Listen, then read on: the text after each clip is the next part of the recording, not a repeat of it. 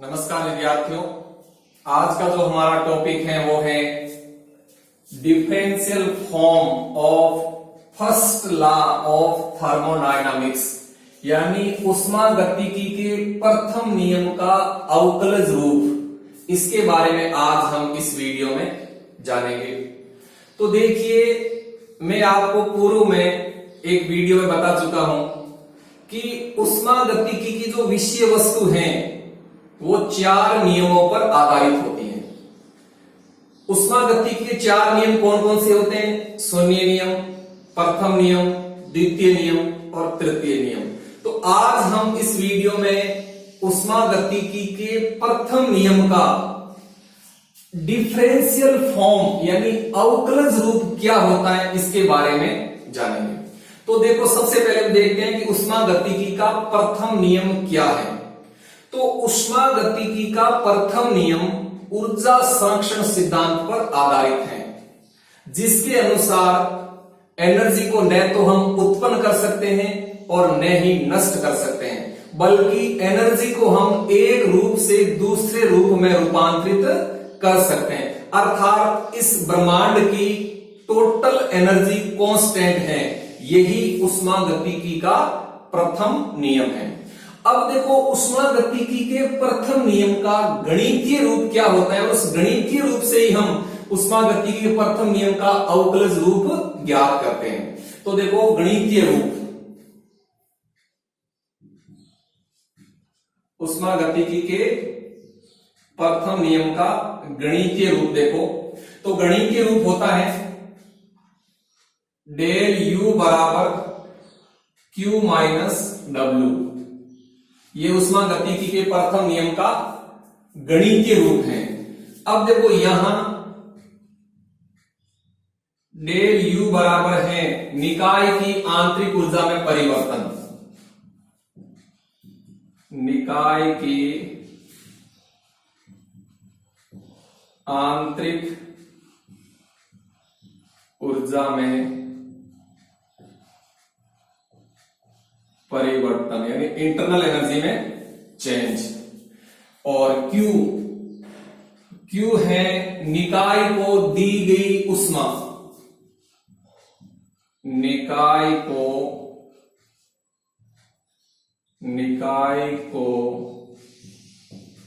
दी गई उष्मा। और W है वो है निकाय से लिया गया कार्य। सिस्टम या निकाय से लिया गया कार्य। तो देखो, यदि हम किसी निकाय को Q उष्मा दे दें और उस निकाय से W कार्य लिया जाए, तो ऐसी स्थिति में उस निकाय की आंतरिक ऊर्जा में परिवर्तन होगा डेल U बराबर Q माइनस डब्ल्यू। ये उष्मागतिकी के प्रथम नियम का गणितीय रूप होता है। अब देखो, हम क्या करते हैं, इस गणितीय रूप का अवकलन करते हैं। तो समीकरण 1 का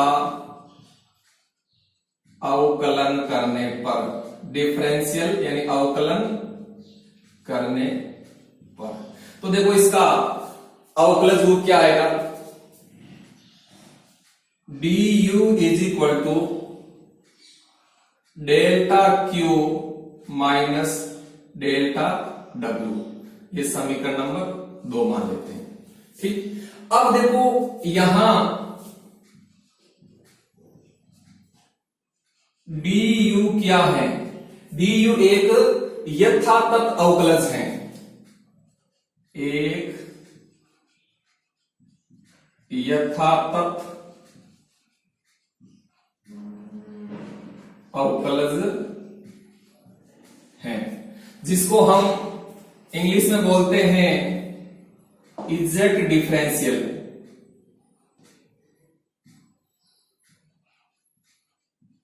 एग्जैक्ट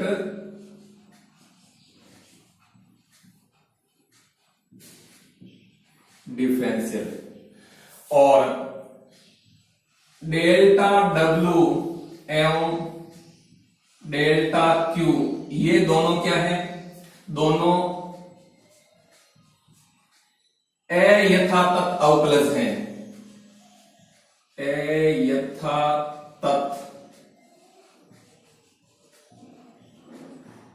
अवकलज हैं, जिसको हम बोलते हैं इनएग्जैक्ट डिफरेंशियल, यानी अयथातथ अवकलज को इंग्लिश में बोलते हैं इनएग्जैक्ट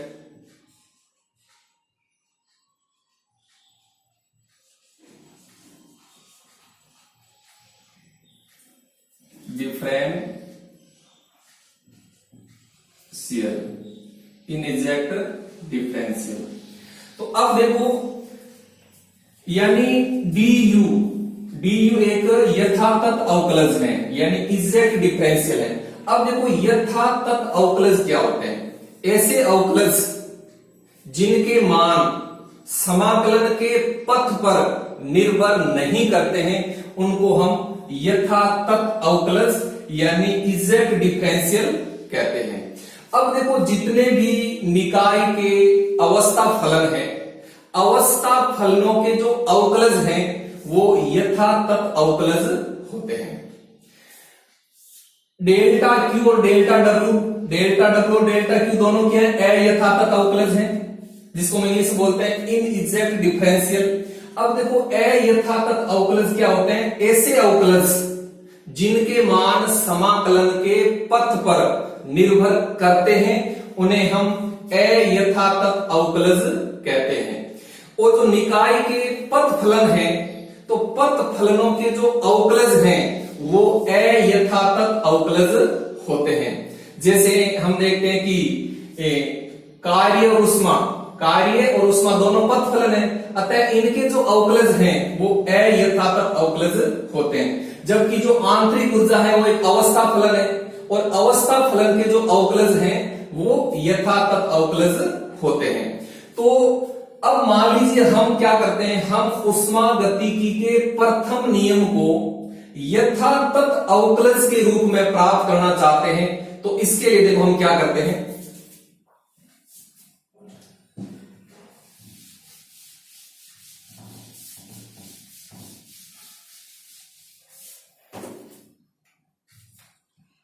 यानी ऊष्मागतिकी के प्रथम नियम को, ऊष्मागतिकी के प्रथम नियम को यथातथ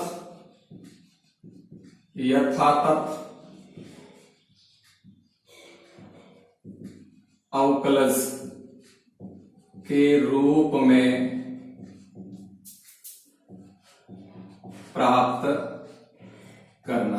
तो देखो ऊष्मागतिकी के प्रथम नियम को यथातथ अवकलज के रूप में प्राप्त करना, तो इसके लिए हम क्या करते हैं कि जो इंटरनल एनर्जी है, जो आंतरिक ऊर्जा है, इस आंतरिक ऊर्जा को हम ताप, दाब, आयतन इन अवस्था चरों के साथ संबंधित करते हैं। क्यों? क्योंकि आंतरिक ऊर्जा एक अवस्था फलन है, और ताप, दाब और आयतन ये तीनों भी अवस्था फलन है। यदि हम इन तीनों में से किसी एक अवस्था फलन को कांस्टेंट कर दें, तो उस कंडीशन में आंतरिक ऊर्जा का मान शेष दो अवस्था फलनों पर निर्भर करता है। जैसे देखो, मान लीजिए हम आयतन को कांस्टेंट कर देते हैं, तो स्थिर आयतन पर, तो देखो स्थिर आयतन पर क्या होगा, स्थिर आयतन पर निकाय की जो इंटरनल एनर्जी है, जो आंतरिक ऊर्जा है, वो ताप और दाब पर निर्भर करती है। यानी स्थिर आयतन पर निकाय की जो आंतरिक ऊर्जा है वो दाब और ताप का फलन होती है। ठीक, इसको हम समीकरण नंबर 3 मान लेते हैं। ठीक, अब देखिए इस समीकरण 3 का हम क्या करते हैं, समीकरण 3 का हम अवकलन करते हैं। तो समीकरण 3 का अवकलन करने पर, देखो समीकरण 3 का अवकलन क्या आएगा। अब देखो समीकरण 3 का अवकलन करते हैं तो यह अवकलन आ जाएगा du बराबर डेवा u बटा डेवा p constant t dp plus डेवा u बटा डेवा t कांस्टेंट p dt, ये समीकरण नंबर 4। अब देखो जो समीकरण नंबर 4 है इसमें देखिए डेवा u बटा डेवा p कांस्टेंट t, ये एक आंशिक अवकलज है, एक आंशिक अवकलज है जो कि, अब देखो ये आंशिक अवकलज है, ये क्या दर्शाता है, स्थिर ताप पर दाब के सापेक्ष आंतरिक ऊर्जा में परिवर्तन की दर को दर्शाता है, जो कि स्थिर ताप पर दाब के सापेक्ष आंतरिक ऊर्जा में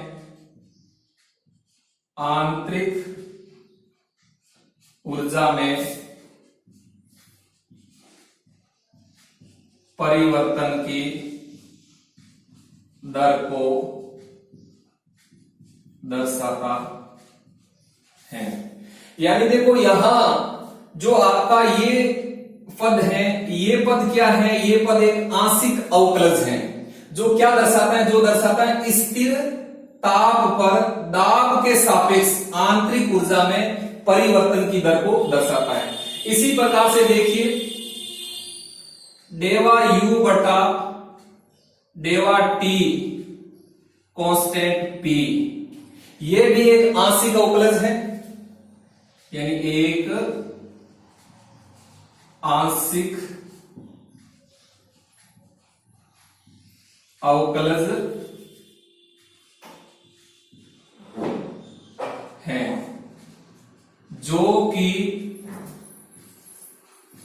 स्थिर दाब पर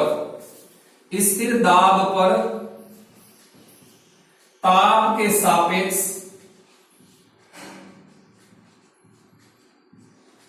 आंतरिक ऊर्जा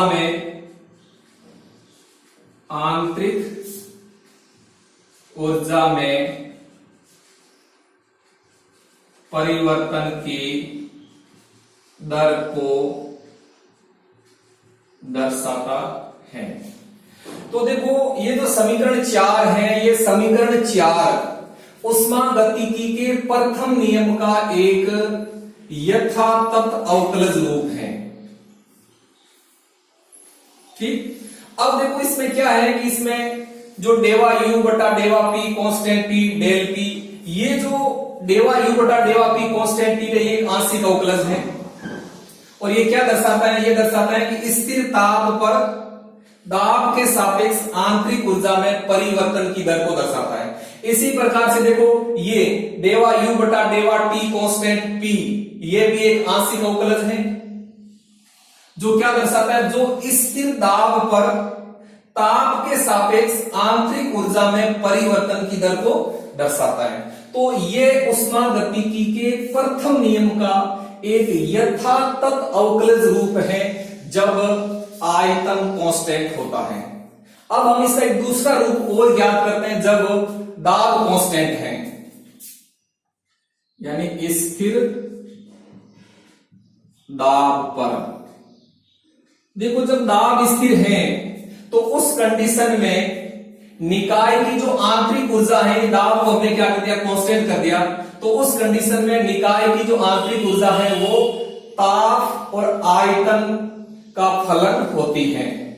यानी U फलन किसका होता है, आयतन और ताप का, क्योंकि यहां क्या है, यहां दाब स्थिर है।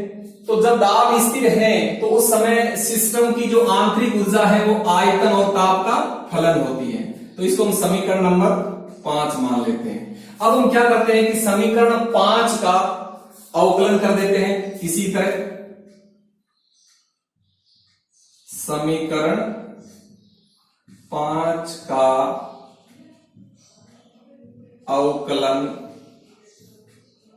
करने पर, तो देखो समीकरण 5 का अवकलन करते हैं तो इसका अवकलज रूप क्या आ जाता है, देखो du बराबर डेवा u बटा डेवा t constant v dt plus डेवा u बटा डेवा v कांस्टेंट t dv। ये समीकरण नंबर 6। तो ये जो समीकरण नंबर 6 है ये उष्मागतिकी के प्रथम नियम का यथातथ अवकलज रूप है जब दाब कांस्टेंट है।